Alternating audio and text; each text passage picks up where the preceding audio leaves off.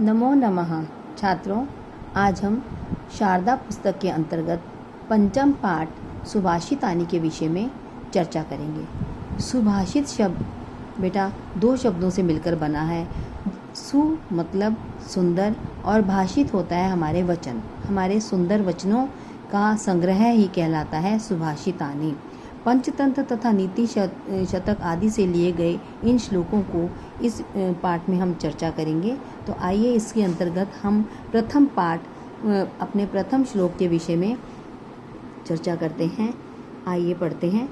हीयते ही मतिस्तात हीनैः सह समागमात् समैश्च समतामेति विशिष्टैश्च विशिष्टताम्।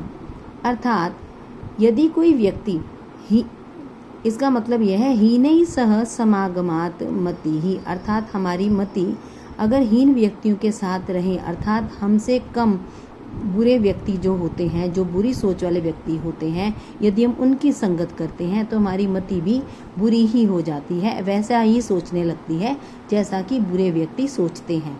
परंतु हीयते ही समैश्च सह समताम्, अर्थात अगर व्यक्ति अपने समान बुद्धि वाले के साथ आचरण करे, उनके साथ दोस्ती रखे, उनके साथ अपना उठना बैठना रखे, तो उनकी बुद्धि भी, अपनी बुद्धि भी उनके समान ही हो जाती है। अर्थात समान बुद्धि वालों के साथ रहकर मनुष्य की बुद्धि भी समान ही रहती है और बुरे व्यक्तियों के साथ उनकी संगत करके अपनी बुद्धि भी बुरे विचार ही करने लगती है। परंतु मनुष्य को चाहिए विशिष्टैश्च विशिष्टिताम्, अर्थात एति मतलब इस प्रकार से, यदि हम चाहें तो विशिष्ट व्यक्तियों की संगत करें तो इस प्रकार हमारी बुद्धि भी विशिष्ट हो जाएगी।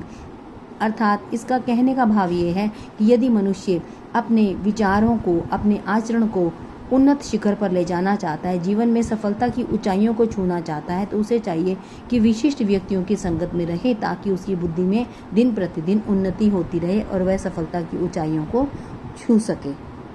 इसके शब्दार्थ भी आपने याद करने हैं और साथ साथ इसका उच्चारण करते हुए इसका अर्थ भी आप याद करेंगे।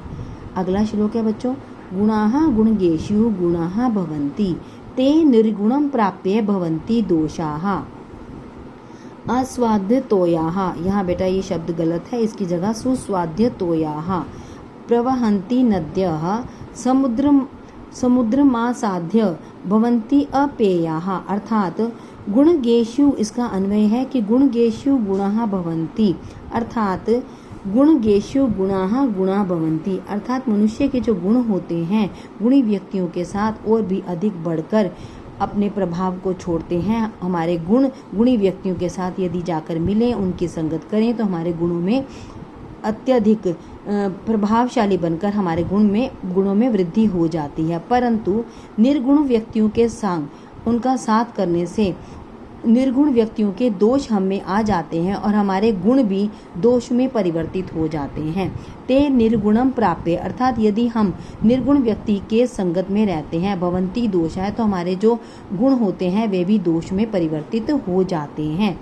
उसी प्रकार से, जिस प्रकार से कि नद्यः सुस्वादु तोयः, सुस्वादु होना चाहिए बेटा, ये अस्वादु गलत है, सुस्वादु तोयः प्रवहन्ति, जिस प्रकार से नदियाँ जो मीठे जल वाली होती हैं, पर वे तो मीठे जल को प्राप्त किए रहती हैं, परंतु यदि समुद्रम असाध्य अपेयः भवन्ति, अर्थात जब वो समुद्र का असाध्य मतलब उसका संग कर लेती हैं, उसमें जाकर विलीन हो जाती हैं, तो नदियों का जल भी खारा हो जाता है। क्योंकि समुद्र का जल खारा होता है तो नदियों का जल भी अपेयः अर्थात पीने योग्य नहीं रहता। तो मनुष्य को, इसका मतलब ये है कि अच्छे व्यक्तियों की संगत करनी चाहिए जिससे कि उसके गुणों में वृद्धि हो, नहीं तो उनके गुण भी दोष में परिवर्तित हो जाएंगे। जिस प्रकार से मीठी नदियों का प्रवाहित जल समुद्र में मिल जाने से अपेयः या अर्थात पीने योग्य नहीं रहता, तो मनुष्य के गुण भी दोष में परिवर्तित हो जाएंगे यदि वे अच्छे व्यक्तियों का संग नहीं करेगा। तो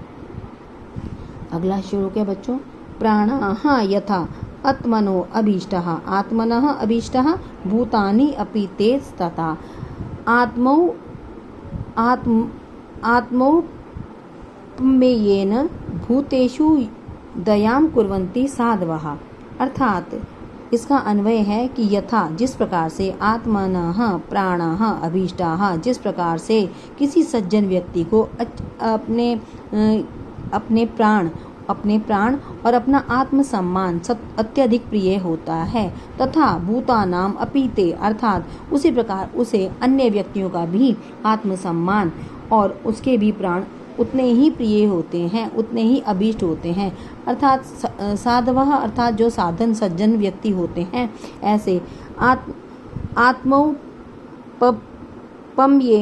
भूतेषु दया कुर्वन्ति, अर्थात वे भी अपनी आत्मसम्मान और अपने प्राणों की जिस प्रकार से रक्षा करते हैं, उसी प्रकार से वे अन्य भूतेषु, अर्थात अन्य प्राणियों पर भी दया करते हैं। अन्य प्राणियों को ये आत्मसम्मान और उसके प्राणों को भी उतना ही सम्मान देते हैं जितना वे अपने प्राणों को देते हैं। अर्थात सज्जन व्यक्ति कभी किसी का बुरा नहीं सोचते, वे अपने आत्मसम्मान की तरह दूसरों के आत्मसम्मान की भी रक्षा करते हैं